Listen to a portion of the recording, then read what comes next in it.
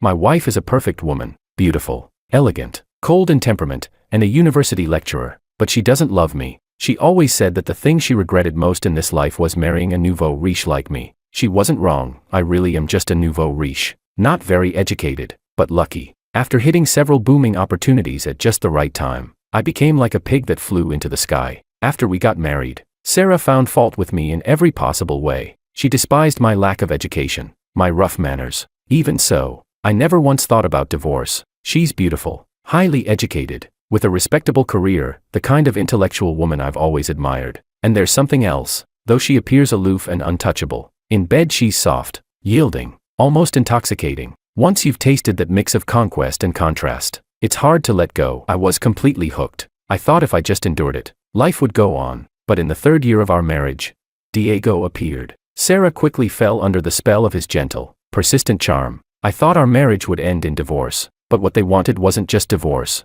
They wanted my money and my life. 2 highly intelligent people joining forces against someone completely unprepared like me. It was almost effortless. I lost everything, and on top of that, I was buried under crushing debt. With nowhere left to turn, I climbed to the rooftop, filled with hatred, and jumped. I can't beat you, I admit it. But if heaven dares to give me one more chance, just wait. Chapter 1. I never expected my luck to be this outrageous. Heaven actually gave me another shot. When I opened my eyes again, I was back on the day I first rode that perfect market wave, looking at the long string of zeros in my stock account. I burst into tears of excitement. Unbelievable. After everything I've been through, I, Christian, have come full circle, still an A-tier man at my peak. Narrowing my eyes, I calculated the timeline. There are still 3 years before I meet Sarah. That's more than enough. This time, I'll collect every debt they owe me, with interest. Once I made up my mind, I started drafting my revenge plan. Sarah looked down on me for being a crude, uneducated rich guy, didn't she? Heh, let's see this time how she gets played by the very same uncultured man. I found a reliable overseas study agency and submitted my application. The person in charge glanced at my age and frowned. You're already 24. Isn't that a bit old? Silently, I took out my phone and showed him my bank balance. Still think it's old? He immediately bent over in flattery. Not at all. Not at all. I'll contact Stanford University right away. You can go straight into a master's program. It's just. Seeing him hesitate, I grew impatient. Just what? He gritted his teeth. You'll need to donate a laboratory to Stanford. It'll cost around $50 million. How much? My heart skipped a beat. I got nervous as hell. In USD. He smiled and shook his head. RMB. I let out a long breath. I'll donate 2. Name one of them after your agency. His face bloomed like an old chrysanthemum in full glory. The next day, I boarded a flight to the United States. After landing, someone was already there to pick me up. He drove me to a luxury villa near the university. The villa had everything, fully furnished, ready to move in. I didn't waste any time. After dropping off my luggage, I went straight to the university to register. I put real thought into choosing my major. To have something in common with Sarah, I chose the same field as her, life sciences. School life was dull, but I didn't slack off. I attended every class on time, never missing a session. During lectures, I wore real-time translation earbuds and took notes seriously, to make discussions easier with professors and classmates. I waved my hand generously and got translation earbuds for all of them. They liked me, a lot. They liked my generosity. They liked my effort. And I truly was trying hard. Living a second life. I wanted to do things differently. I couldn't just live in hatred. I needed to enrich this previously shallow life of mine. As Jack Ma once said, riding the right wave can make even a pig fly. But when the wind stops, it's still those pigs that fall to their deaths. I didn't want to be that pig. Of course, I didn't become a boring, bookish student either. My life outside of class was still quite colorful. Chapter 2. The sunshine in California is great. The beaches are great. And the girls are great. The only downside, no proper beef noodle soup. Everything else is perfect. In my free time, I like to lie on the beach wearing sunglasses, soaking up the sun. Of course, I've kept myself in good shape too. In my previous life, although Sarah didn't love me, she didn't reject intimacy with me either. I figure if I had been one of those pot-bellied, greasy rich guys, she would never have let me touch her. The girls in California are very outgoing. Sometimes they'd even come up to me and start conversations. After I took out my phone and casually showed them my financial strength, they became even more enthusiastic. So just like that, during the day I studied life sciences. And at night, I also studied life sciences. After working hard for 3 years, I finally got my master's degree. On the day I returned to my country, I tearfully said goodbye to Jennifer. Brittany, Stewart, Hathaway, Taylor, Jenner. Supporting my aching back, I boarded the plane to B-City. Stepping onto familiar ground again, my emotions surged. Standing in front of a mirror at the B-City airport, I could see that the person reflected there had undergone a complete transformation compared to 3 years ago. A sharp American-style spiky haircut, gold-rimmed glasses, a refined and gentle demeanor, and a straight, confident posture. At a glance, anyone could tell I was now a cultured man. I was very satisfied with my new image. After resting at home for a few days, I went to B-City University. Sarah is a lecturer at this university. Judging by the timeline, her father's illness should be about to flare up. In my previous life, Sarah's father was diagnosed with lung cancer and wanted to go to the United States for treatment, but their family couldn't afford it. In the end, Sarah married me. The condition was that I would pay for all of her father's treatment and future expenses. Back then, I foolishly agreed. Not only did I pay for his treatment, I also bought her family a villa and luxury cars. I covered every aspect of their lives: food, clothing, housing, and transportation. All of that, just to earn a bit of respect from Sarah and her family. But in the end, they never treated me like a human being. Thinking about it now still makes me furious. Damn it. Spending my money while constantly manipulating and belittling me. They even said things like Sarah marrying me was a blessing earned by my ancestors' good deeds. Looking back now, it feels more like her family hit the jackpot by getting me. Especially her father, that old man. The moment his condition improved even slightly, he started looking down on me and pushed Sarah to divorce me. It still pisses me off just thinking about it. When I arrived at B-City University, I directly handed in my recommendation letter for my advisor. After reading it, the principal asked about my undergraduate degree. I scratched my head. I hadn't even gone to college. Where was I supposed to get a first degree from? The principal immediately understood. He cleared his throat and said awkwardly, "Christian, our university places a lot of importance on undergraduate credentials when hiring faculty. Your situation is a bit difficult." Before he could finish, I immediately made my stance clear. "Principal, I understand. Isn't it just about donating a laboratory?" The principal smiled like a blooming old chrysanthemum. "Come to work tomorrow." Chapter 3. Early the next morning, when I walked into the faculty office in a sharp, well-tailored suit, the first person I saw was Sarah. This was the first time I had seen her since being reborn. Looking at that stunningly beautiful face, I felt a moment of daze. The department head began introducing me. "This is Christian, a master's graduate from Stanford, mentored by Professor Andre." He went on and on, while the other teachers listened attentively. I wore a gentle smile, quietly observing them, only occasionally letting my gaze sweep over Sarah. After the introduction, Sarah's eyes lit up. The coldness on her face softened noticeably. I sneered inwardly. No wonder in my previous life, not long after Diego returned to the country, she fell for him so quickly. So this is her type, but this time around, she and Diego won't get the chance. After the department head finished, I deliberately stared straight at Sarah, putting on a look as if I were completely captivated by her beauty. The other teachers in the office immediately started teasing. "Professor Christian has great taste. He picked our university's untouchable goddess at first sight." Sarah's face flushed instantly. I also lowered my head, pretending to feel embarrassed. Perfect. This was exactly what I wanted, to use their teasing to shorten the distance between us. Now I had a reason to approach her. As per tradition, a new teacher's first class is a public lecture. The audience consists of the department head and all faculty members. Officially, it's called Exchange and Learning. In reality, it's just a way to test your competence. I walked into the classroom calmly. Standing at the podium, I began speaking fluently. The topic I chose was gene therapy, the same research direction Sarah specializes in. Sarah listened very attentively. Her eyes grew brighter and brighter. She nodded at times, fell into thought at others, completely drawn into my rhythm. Soon, the class ended. The room erupted in enthusiastic applause. I felt deeply satisfied. This was the kind of recognition I had longed for in my previous life but never received. The hardships of the past 3 years had not been in vain. After the department head and the other teachers left, I lowered my head and pretended to organize my lecture notes, while secretly glancing at Sarah, who was hesitating nearby. Sure enough, after a moment, a cool yet slightly shy voice sounded beside me. "Hello, may I ask you a few questions?" I looked up and smiled at Sarah, whose cheeks were faintly flushed. "Ms. Tang, no need to be so formal. Just call me Christian." Sarah Tang hesitantly called out, "Christian," and I nodded. A faint smile appeared on her lips. Then she said, "Christian, you don't have to call me Ms. Tang either. Just call me Sarah." I pushed my luck a little further. "Then, can I call you Sorry?"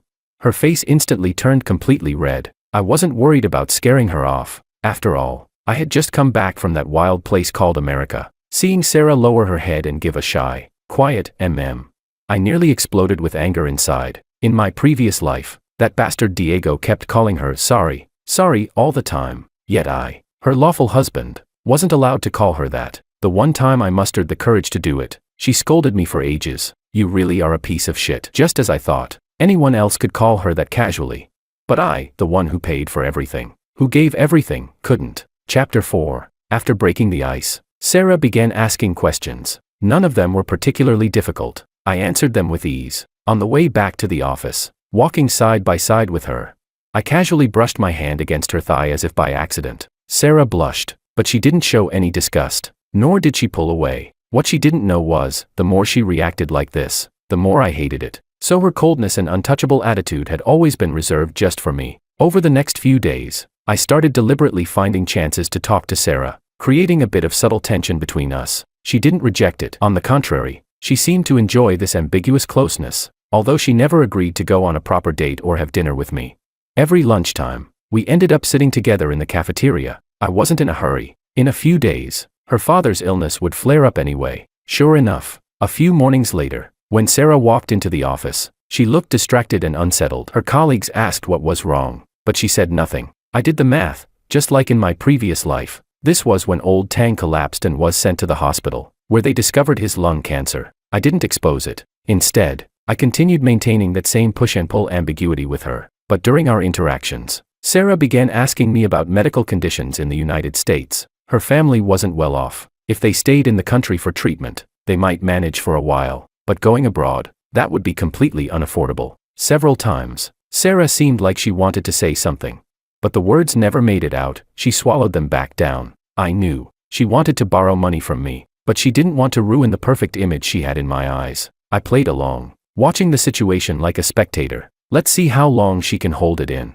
It wouldn't be long before her parents started pressuring her to marry a wealthy man. In my previous life, Sarah didn't have a boyfriend, nor did she have anyone in her heart, so there wasn't much pressure. She simply married me. But this time was different. She already had feelings for me. Soon enough, the day arrived. One evening after work, I asked Sarah out for dinner. She hesitated for a long time, then shook her head with reddened eyes, picked up her bag, and left without saying a word. I followed her quietly from behind. After leaving the campus, she walked into a Western restaurant. At a window seat, Sarah sat across from a pot-bellied man. He looked at least 40. As he stared at her, his small eyes nearly disappeared from smiling, his face full of sleazy desire. No need to guess, this was clearly the blind date her family had arranged. After chatting for a while, the men began getting handsy. Sarah dodged left and right, her face full of resistance. The men grew impatient and pointed at her, saying something harsh. Sarah's expression became darker and darker. His voice was loud enough that people in the restaurant began looking over. Finally, Sarah couldn't take it anymore. She grabbed her glass of water and splashed it onto his face. Enraged, the men lunged at her with a ferocious expression. The moment I had been waiting for finally arrived. In one swift motion, I rushed into the restaurant, just as the men raised his hand and Sarah closed her eyes in resignation. I shouted, "Stop!" With a flying kick, I sent the men crashing backward. His scream jolted Sarah awake. She opened her eyes and saw me standing in front of her. I pulled her into my arms with a domineering force, my voice laced with reproach. "Why didn't you tell me if something was wrong?" Buried in my chest, Sarah broke down, crying uncontrollably. Chapter 5. After leaving the restaurant with Sarah, we returned to the office. Only then did she come back to her senses, sobbing as she explained what had happened. It was pretty much exactly what I expected. Her family believed treatment abroad would be more effective, so they were pressuring her to marry a wealthy man. After finishing, Sarah looked at me with hope in her eyes. "Christian, can you marry me?" I put on a troubled expression. "Sorry. I don't have that kind of money either." Her face instantly went pale, her eyes dimming as if covered in ash. "Christian, I'm sorry. I really love you, but I can't just ignore my father. Please, forget about me." With that, she turned and ran outside. I quickly caught up and grabbed her, my face filled with pain. Sarah gently touched my face, her expression full of heartache. "Christian, don't be like this. I don't blame you. Maybe we're just not meant to be. Don't worry. I won't let that man cause trouble for you." Damn, even I was almost moved by that. Holding her hand, I asked, "Sorry, are you really going to marry that old man?" She looked at me with determination in her eyes. The next moment, she stepped forward and kissed me. The kiss was long. At first, I passively accepted it, quickly realizing she didn't know how to kiss. I took control, guiding her. Only when her body went weak and she pushed me away did I stop. Sarah was breathing heavily, her head lowered, too shy to look at me. Her voice trembled with tears. "Christian, forget me." Then she turned and ran off. I held back the urge to laugh and shouted after her, "Sorry, don't go." Watching her disappearing figure, I smacked my lips slightly, savoring the moment. Damn, in my previous life, I never even kissed her. This time, taking her first kiss, hardly too much, right? Honestly, I could have already won her over by now, but it wasn't the right time yet. I was waiting for the moment when she would completely fall for me, so deeply that she'd be willing to stand against the whole world for my sake, and that moment should be coming very soon. Chapter 6. The next day at work. When Sarah saw me, she lowered her head and quickly walked away. I wasn't surprised by her reaction. In fact, Sarah is the type who falls hard in love. Once she loves someone, she gives it everything she has. In my previous life, after she fell for Diego, she obeyed him completely. When it came to taking all my assets, she wasn't just aware of it, she actively participated. If it weren't for the way she and Diego worked together, inside and out, I wouldn't have died so quickly, or so miserably. So this time, I'm going to make that love-obsessed side of her fall for me, completely, irreversibly. I'll make her love me so much that she'd be willing to stand against the entire world. All morning, Sarah deliberately avoided me. I didn't approach her either. By noon, she, who had already gotten used to eating lunch with me, kept glancing in my direction, intentionally or not, but I didn't go to the cafeteria. I walked straight out of the campus. Sarah stood there for a long time, watching. In the end, she sighed and walked into the cafeteria alone, looking dejected. I ignored it, enjoyed a nice meal outside, and deliberately dragged my time. Only around the end of the workday did I slowly head back toward the university. Sure enough, as I approached the school gate, I saw a BMW parked there. That middle-aged man from yesterday, the one built like a walking gas tank, was pulling at Sarah. She was clearly unwilling, yet had no way out. I quickened my pace and ran toward the gate. By the time I reached them, I deliberately acted out of breath. Then, under Sarah's shocked gaze, I shouted at the man, "Let go of my girlfriend." Sarah's face instantly turned red. The students and teachers nearby were immediately drawn to the scene. Sarah rushed to me, pleading in a low voice, "Christian, please don't make a scene." The gas tank glanced at me with disdain. "Kid, I let you go yesterday for Sarah's sake. Now you're looking for trouble again."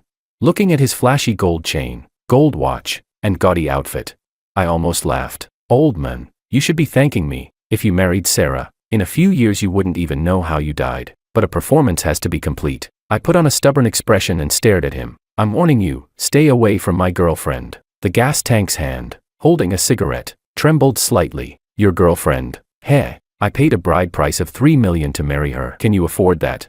Instantly, murmurs spread through the crowd. Exorbitant bride prices were already unpopular. And on top of that, Sarah and this man were clearly mismatched. To everyone watching, it looked obvious. Sarah was in it for the money. Amid the whispers, Sarah lowered her head more and more. I pulled her behind me protectively. "What do you people know? Sari's father has cancer and needs treatment overseas. That's why she's doing this. She's being forced into it." Sarah threw herself into my arms, quietly sobbing. I gently wiped away her tears. The gas tank looked like he was about to explode. "Kid, let go. She's my fiancée now." I took off my backpack and slammed it hard onto the ground. $3 million, is it? I've got that too. Chapter 7. Seeing the backpack stuffed full of cash, the onlookers were stunned. Sarah was equally shocked. "Christian, where did you get so much money?" I gently stroked her hair. "Silly girl, after what you told me yesterday, I sold the house my parents had prepared for my future marriage." Sarah hugged me tightly, crying uncontrollably. The gas tank glanced at the money on the ground, visibly relieved, then got into his car and drove off. Clearly, even $3 million was a burden for him. He just used this chance to slip away. When we returned to Sarah's home, her parents' eyes lit up at the sight of the $3 million. Sarah looked at them, her gaze filled with both relief and disappointment. "Mom, Dad, I'm going to be with Christian." Her parents didn't even look at her. While counting the money, they nodded repeatedly. Sure. Seeing their behavior, Sarah was completely disheartened. She grabbed my hand. "Christian, let's go." I nodded. I took her back to the staff dormitory. As a returnee, the university had assigned me a single room. Sitting on the bed with Sarah, I looked full of guilt. "Sorry."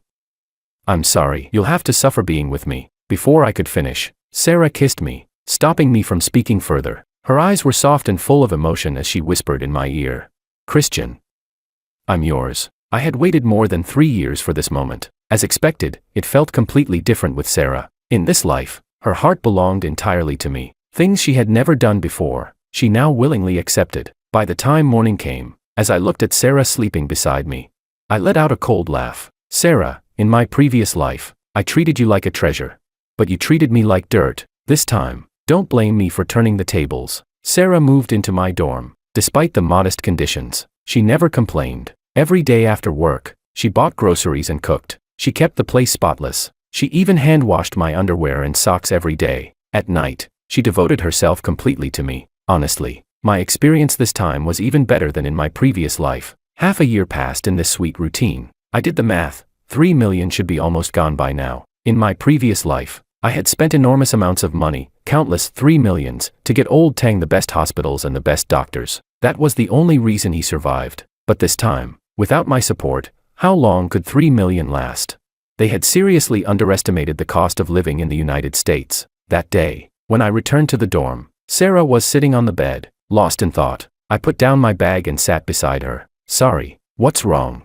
Her eyes were red. My husband, my mom called. They said they're out of money. I closed my eyes, pretending to be in pain. It's all my fault for being useless. Maybe I should start driving a ride-hailing car. Sarah shook her head desperately. No, you don't owe them anything. Inside, I was pleased. That was exactly what I wanted to hear. Between her parents and me, she had chosen me. That meant she was already hopelessly in love with me. I continued acting distressed. Sorry, even though we're not married, I've long treated them as my own parents. Sarah stayed silent for a long time, then clenched her teeth. I'll sell the house. I immediately refused. No, where will you live after that?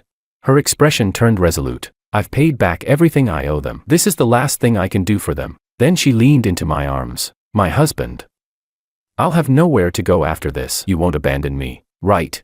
I nodded firmly. Chapter 8. The house was sold quickly. Property in B City is still quite valuable. Even though it wasn't in the city center and not very large, it still sold for over 3 million. Sarah only transferred half of it to her parents and gave the remaining half to me. Husband, you keep this money. Let's save a bit more, and later we can pay a down payment. We'll definitely build a good life. I nodded repeatedly. Living in the dorm every day, she didn't mind, but I was getting fed up. After all, I'm an A-tier man, and you expect me to live in a dorm.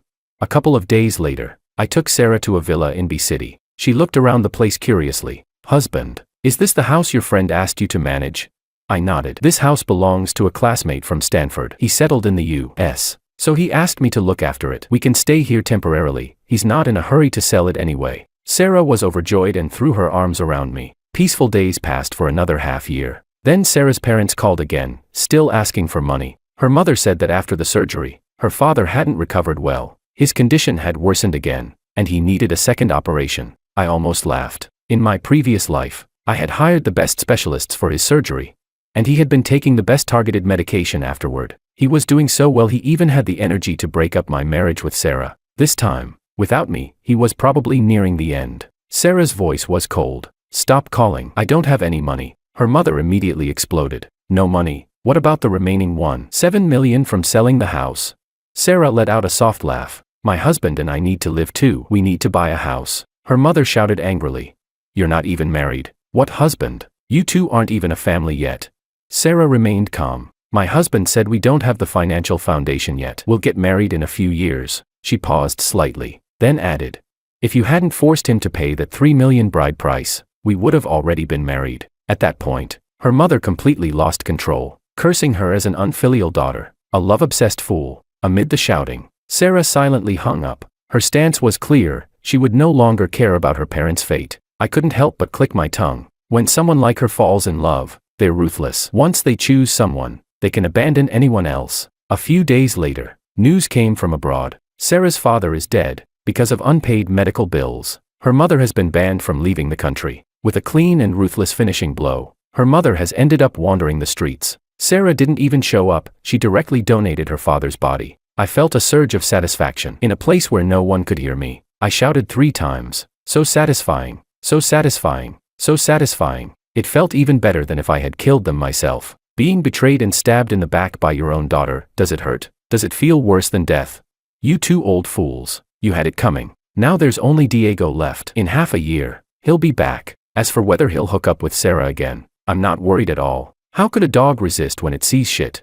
And in this life, nourished by love, Sarah has become even more radiant and alluring than in the previous life. Chapter 9. After her father's death and her mother's disappearance, Sarah became even more dependent on me. Every day, she devoted herself to taking care of me. At night, she would curl up in my arms, holding me tightly. It was the kind of behavior that comes from a lack of support, a lack of security. During this time, Sarah had subtly brought up the idea of marriage more than once, but I rejected her every time, using the excuse that we didn't have a solid financial foundation yet. Now she had become humble. After being rejected, she never mentioned it again. Sometimes, I did feel a bit sorry for her. After all, I'm human. If you keep trampling on someone long enough, emotions are bound to develop. But every time I thought about how, in my previous life, she and her lover had driven me to my death, I would curse myself inwardly. Christian, don't go soft. Remember what she did to you. And just like that, any trace of sympathy would vanish. Half a year passed in relative peace. One morning, the department head walked into the office with a young man. Sorry to interrupt, everyone. Let me introduce someone. This is our new teacher, Diego. Let's welcome him. Looking at the handsome, sunny young man, I was secretly delighted. So, he finally showed up. Diego's gaze swept across the room as he began his introduction. Also a returnee, his resume was even more impressive than mine had been. After all, he was a genuine high IQ elite. After finishing his introduction, he walked straight toward Sarah, confidently. Under everyone's surprised gaze, he extended his hand. Hello, beautiful. I'm Diego. My heart skipped a beat. Damn, don't tell me this guy was reborn too. Sarah kept a cold face, not even sparing him a glance. Diego stood there awkwardly with his hand extended, his expression shifting between embarrassment and irritation. The other teachers in the office struggled to hold back their laughter. The department head stepped in to smooth things over. Diego, you're new here, so you don't know the situation. Our Ms. Tang has a very close relationship with Christian. Other than him, she keeps her distance from all men, even me, the department head. He made a joke, and amid the laughter, helped Diego save face. Diego then turned his attention to me. After all, in the office, only Sarah and I looked like a matching pair. He walked up to me and politely extended his hand. I didn't catch your name. I stood up and replied with a smile. Christian. There was no surprise in Diego's eyes, only a hint of provocation. Looks like I overthought it. He's not a reborn one. After the introductions, it was time to prepare for the public lecture. During the lecture, Diego paced back and forth on the podium, his gaze repeatedly drifting towards Sarah. His content was flashy and showy, clearly an attempt to display his knowledge. Unfortunately for him, Sarah sat beside me, head lowered, not even giving him a single glance. Unable to bear being ignored, Diego deliberately left a question open. Ms. Tang, could you answer this question? Sarah raised her head, her gaze cold. Without any courtesy, she replied. Am I your student?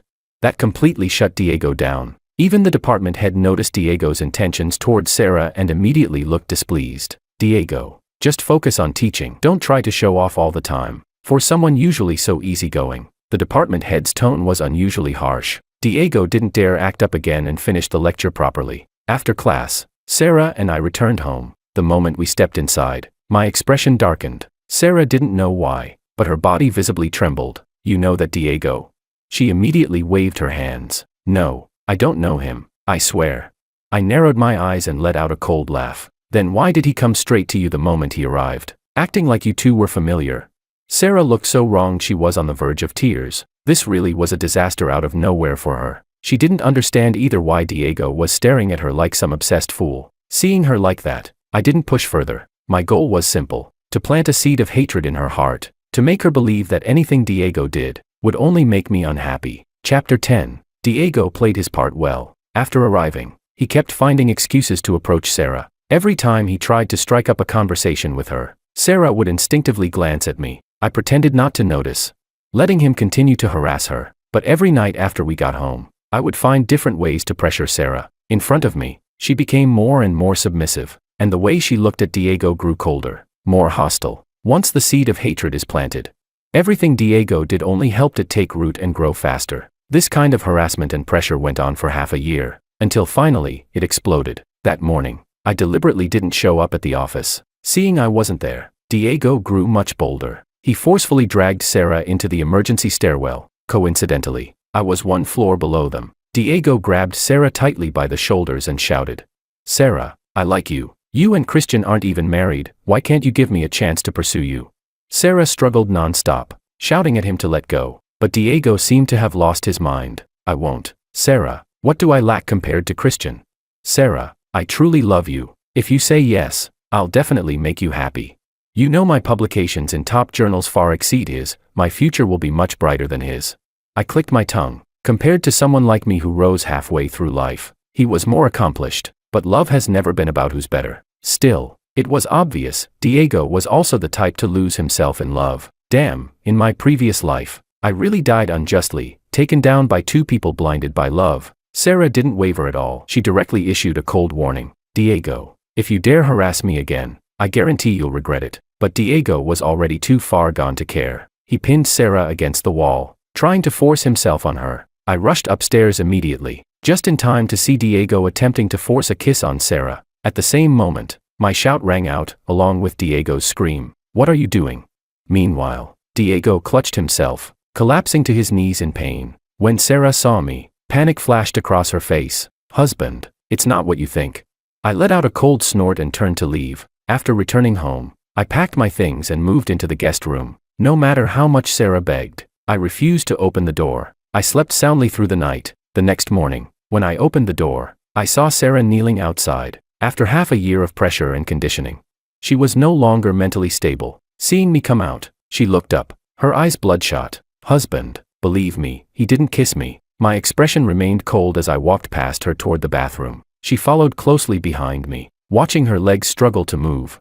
I knew she had been kneeling there all night. Looks like it's time to close the net. I stared at her harshly. Sarah, I'm not blind. I saw him kiss you. If I hadn't shown up, would the two of you have gone even further?